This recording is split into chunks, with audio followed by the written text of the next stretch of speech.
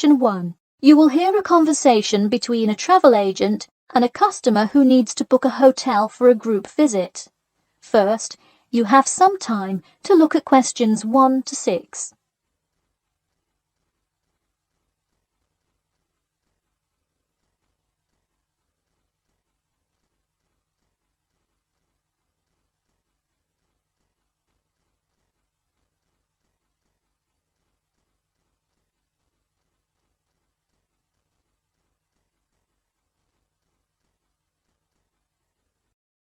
Now we shall begin. You should answer the questions as you listen, because you will not hear the recording a second time. Listen carefully and answer questions 1 to 6. Hello, Elite Travel. This is Emily speaking. How may I assist you today? Hi, I have a group visit to plan, and I wonder whether you could help me decide on which hotel to book. I've narrowed it down to either the Winchester, the Royal Hotel, or the Star Hotel. I'm wondering if you have a recommendation. I would be happy to help. Those 3 are excellent choices. If everyone is booking hotel rooms independently, an easy way to do it is online booking. The Star Hotel offers online bookings at no additional charge. It sounds fine. Yeah, and you can even book the gorgeous sea view rooms if you act quickly. I'll consider that. It would be great since we're mostly first-time visitors to the area to get a nice view of the water. Now, are there handicap-accessible rooms? Yes, all 3 options have access for the physically disabled. Great. I should also mention that we'll be on a tight schedule, so we won't have much time to go out for meals. Which of these hotels serve food? There is a limited continental breakfast menu at the Star and at the Winchester. For a full restaurant and room service, the Royal Hotel is your best bet. Oh, wonderful. Could you tell me more about the restaurant? Absolutely. In the morning, there is a gourmet buffet, or a la carte item, and after 11 a.m. lunch is served in the dining room. Dinners are in a nice, low-key but high-quality setting in the hotel's private dining room, and Fridays feature the house jazz band. How lovely. Is there a group discount? No, sorry, not at the Royal Hotel. Let me check on the others, though. Could I place you on hold for just a second? Sure, thanks. It looks like there is one at the Winchester. 15% off when you book 8 or more rooms. Really? Sold. We'll book at the Winchester. Wait, is it suitable for children, though? We'll have a few little ones in our group, and it would be great to have a way to keep them occupied.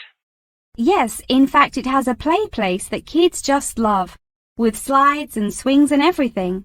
Definitely a good hotel to bring the kids. Okay, great. Before you hear the rest of the conversation, you have some time to look at questions 7 to 10.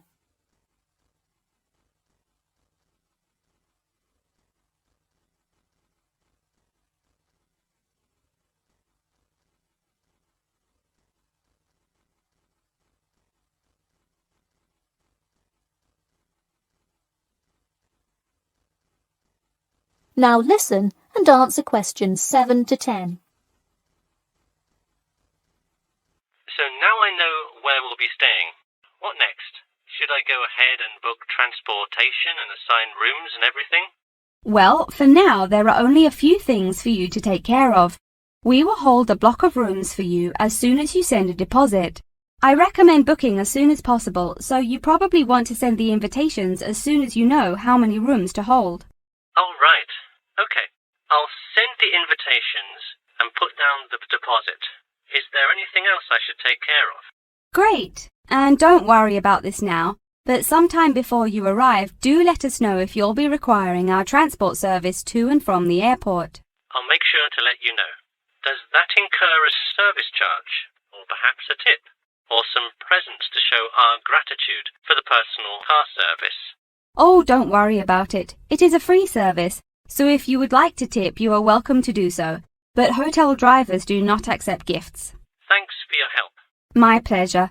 Enjoy your stay at the Winchester. That is the end of section 1. You now have half a minute to check your answers.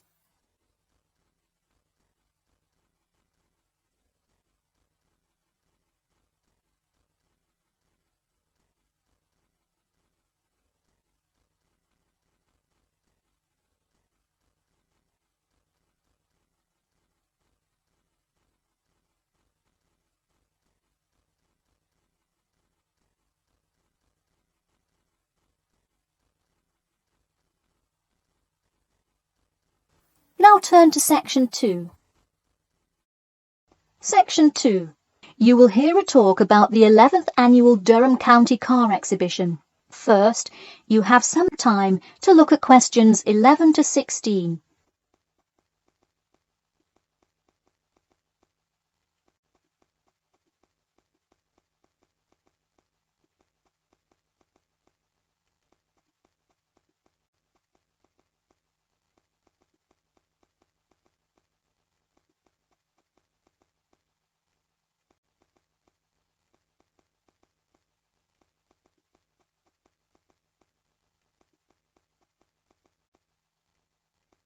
Now, listen carefully and answer questions 11 to 16. Ladies and gentlemen of Durham, start your engines. Skip Gordon here, inviting you to the 11th Annual Durham County Car Exhibition. That's right, it's that time of year again. Mark your calendars. The pre-opening event kicks off on the 18th, and the exhibition officially opens to the public on Saturday, March the 19th. Take it from me, you won't want to miss Durham's most attended public event of the year 5 times running. You don't have to be a motorhead to appreciate the finest cars, both new and old, in existence today, but it helps. Be one of the 70,000 people to see everything from big rig monster trucks to good old-fashioned classic hot rods. Get your tickets now. Admission is £10 for adults and £5 for children during off-peak times, and £20 for adults and £10 for children, and senior citizens on weekends and for full-day passes. Come see vintage classics, bid in the auctions, and even test out a few on the Winners' Circle racetrack. An insider tip: weekends are the exact time when all of the best attractions take place. But to avoid Saturday crowds, join us this Sunday. You'll see me, Skip Gordon, and all your friends from WKXP there this Sunday at our very own booth. So stop by and say hi, and you might just win a prize of your own. A new attraction this year will be the addition of a new car category: electricity, namely the electric car class. See displays from Toyota, Honda, and you guessed it, Tesla. Watch as the first generation of fully electric cars compete on style, ride, and watch the main entertainment as there's going to be a fabulous show of racing car to see who takes home fastest battery-powered car. While not typically known for their speed, this new class is guaranteed to surprise you. Before you hear the rest of the talk, you have some time to look at questions 17 to 20.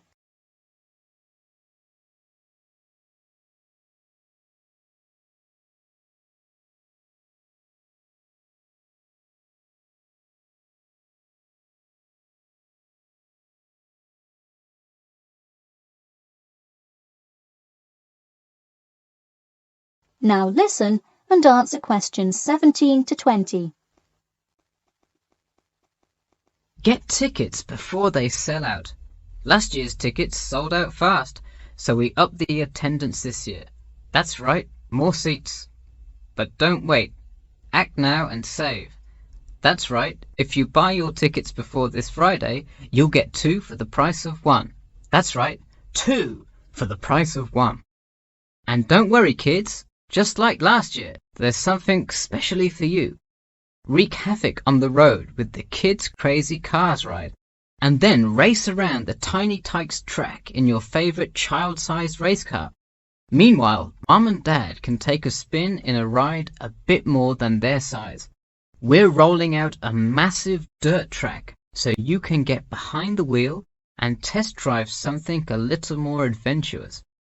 Put the pedal to the metal in a 4x4 SUV as you go over bumps and navigate through twists and turns. You'll want to buckle up. You heard it here. Act now to get in on the fun at the Durham County Car Show before it's too late. Come for prizes, good prices, and good old-fashioned family fun. We had a lucky draw for a new car last year, but this year our main event is the Monster Truck Rally, where one lucky fan will win a chance to experience the thrill from behind the wheel, well, next to the wheel, as they ride with legendary driver Smash Tate. Feel the speed firsthand and talk to a living legend in a true, once-in-a-lifetime opportunity. For tickets, go online to www.durhamcountycars.com or call 1-888-CAR-SHOW now. We'll see you there, and always remember to buckle up. That is the end of section 2. You now have half a minute to check your answers.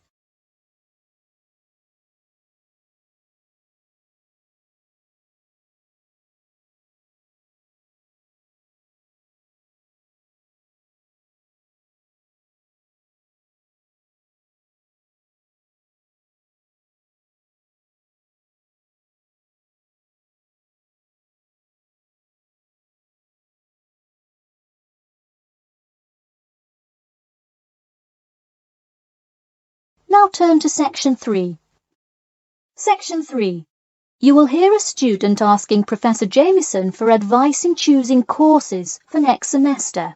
First, you have some time to look at questions 21 to 23.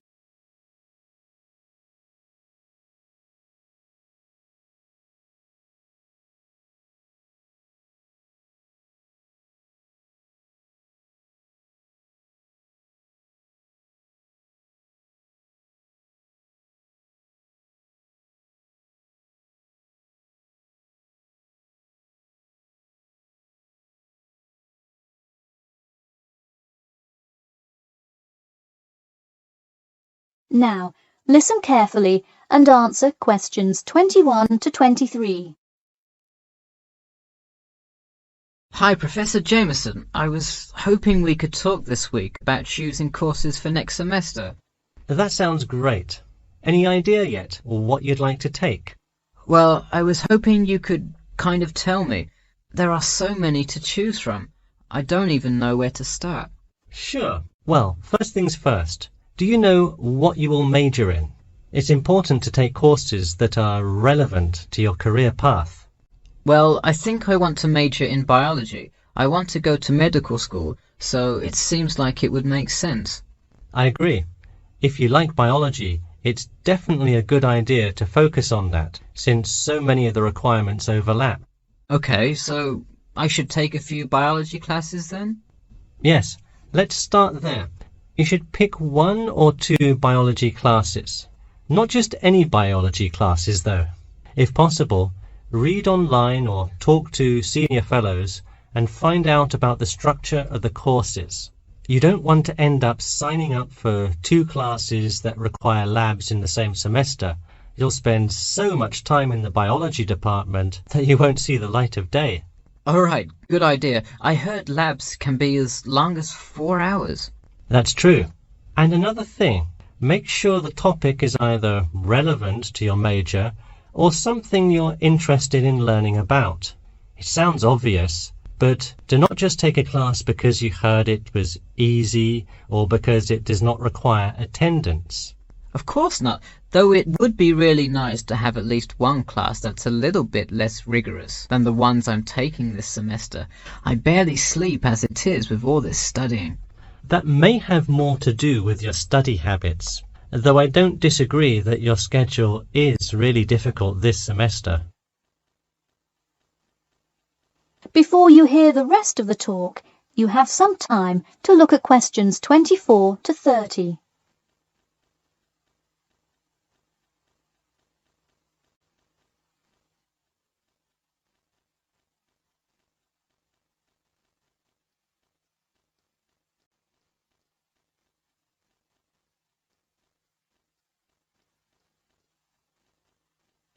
Now, listen carefully and answer questions 24 to 30.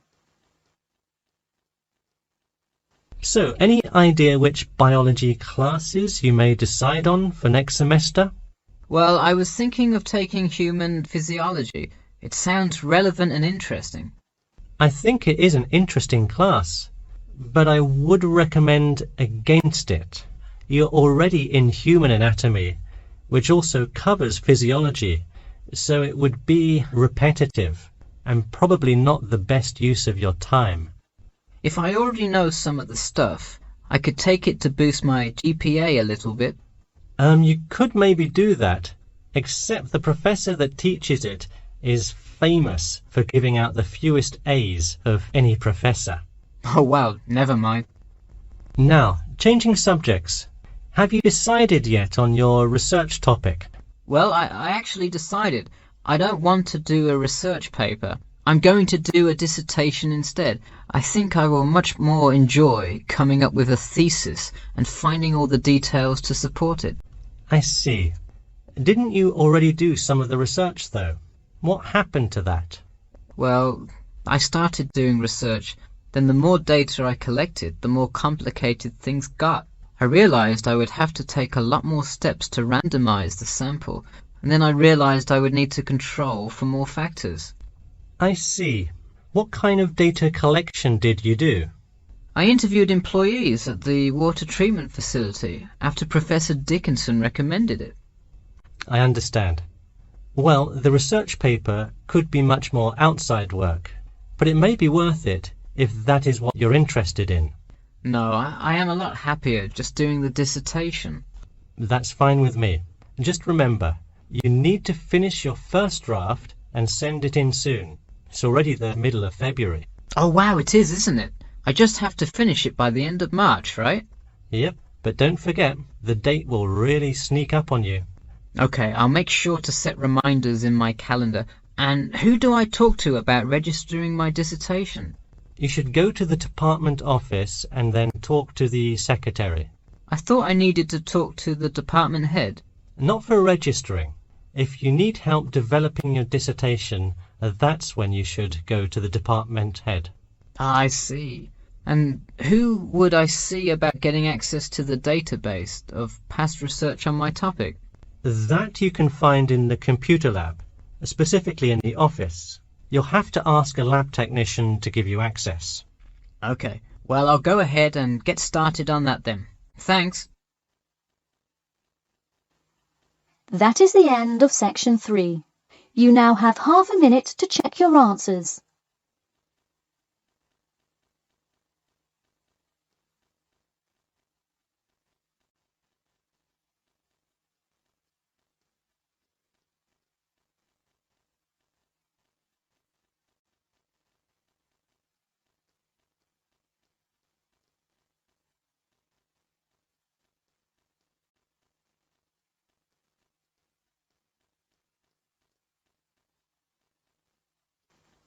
Now turn to section 4.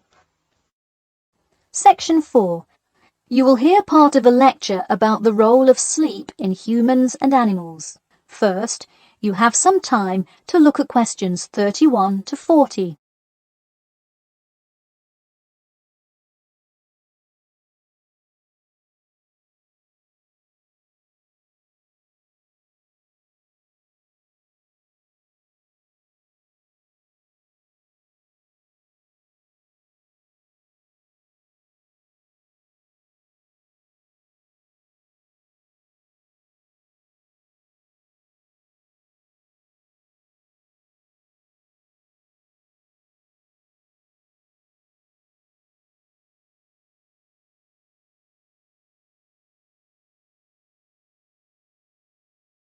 Now, listen carefully and answer questions 31 to 40. Good morning, everyone. In today's lecture, I'm going to talk about the role of sleep in humans and animals. Of all the biological processes in the animal kingdom, sleep is perhaps the most important. A human can survive for almost 2 weeks without eating. But did you know that 1 week without sleep can be fatal? It's even worse for animals, especially for those who must avoid predators. Without sleep, an animal is much less capable of avoiding an attack. This is the case for all animals, whether they are reptiles, mammals, or fish. Let us look now at how different animals sleep, reasons for their ways of rest, and the potential problems they might encounter. In marine life, sleep must be balanced with breathing. For example, the dolphin must float to the surface as it sleeps in order to breathe. Like other large sea mammals, they keep one eye open and one half of the brain awake at all times to maintain some amount of consciousness required to breathe and to watch out for possible threats. They sleep with only one brain hemisphere in slow wave sleep.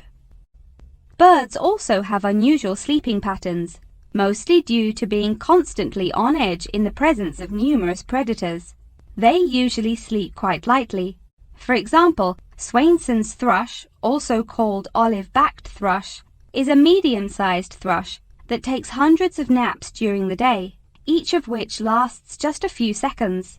While migrating, migratory birds tend to function well on micronaps. Horses, on the other hand, do most of their sleeping standing up. Scientists think that horses developed their habit of sleeping upright as a defense mechanism, a way of protecting themselves against predators, and a standing position keeps a horse in a constant state of readiness to race away if danger should approach. Also, horses do occasionally take short naps lying down. Horses are heavy animals with big muscles, but their bones are surprisingly delicate, so lying in one position for a long time could well injure a horse. Just like humans, animals can also have sleeping problems. Dr. John Hendricks and Adrian Morrison from the School of Veterinary Medicine, University of Pennsylvania in Philadelphia, determined that certain diseases were primarily associated with the sleep states in animals. In their research, they emphasized that because so much in this area still remains unclear, animal models were very important for studies of sleep disorders. The physiology of sleep in animals is similar to that of humans.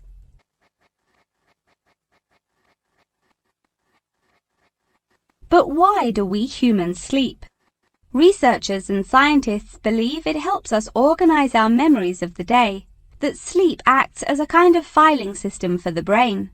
Without it, our thoughts become disorderly and confused, which leads to increased likelihood of accidents and a tendency to say and do bizarre things.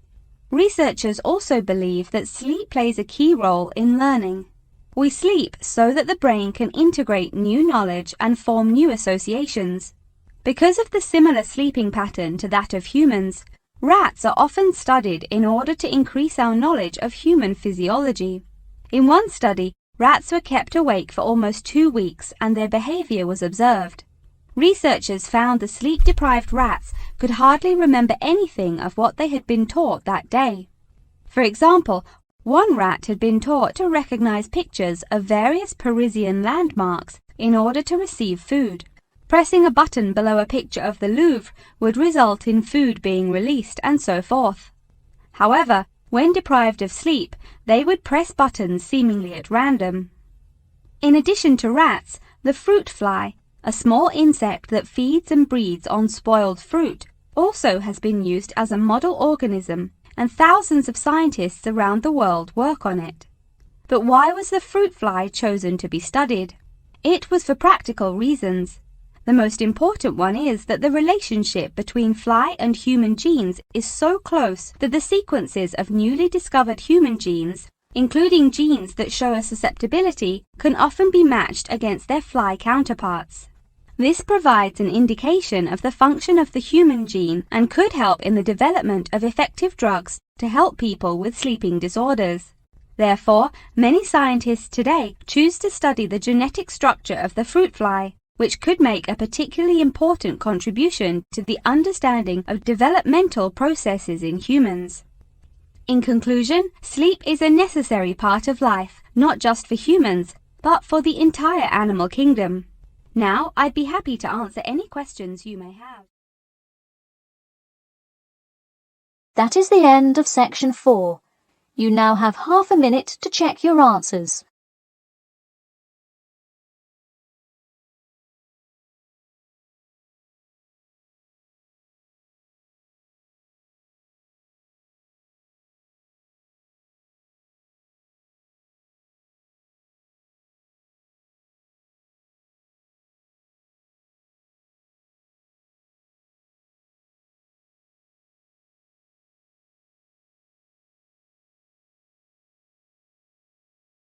That is the end of the listening test.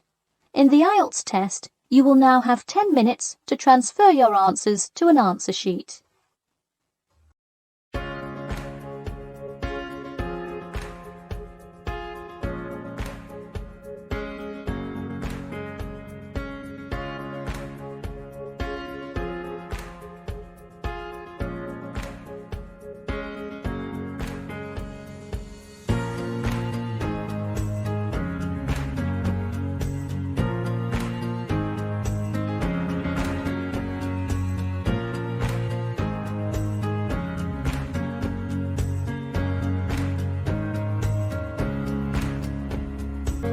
Thanks for watching. Here are other 2 videos. You can watch them as well. And if you haven't yet subscribed my channel, please subscribe it and hit the bell icon for my upcoming videos, and share these all videos among your friends.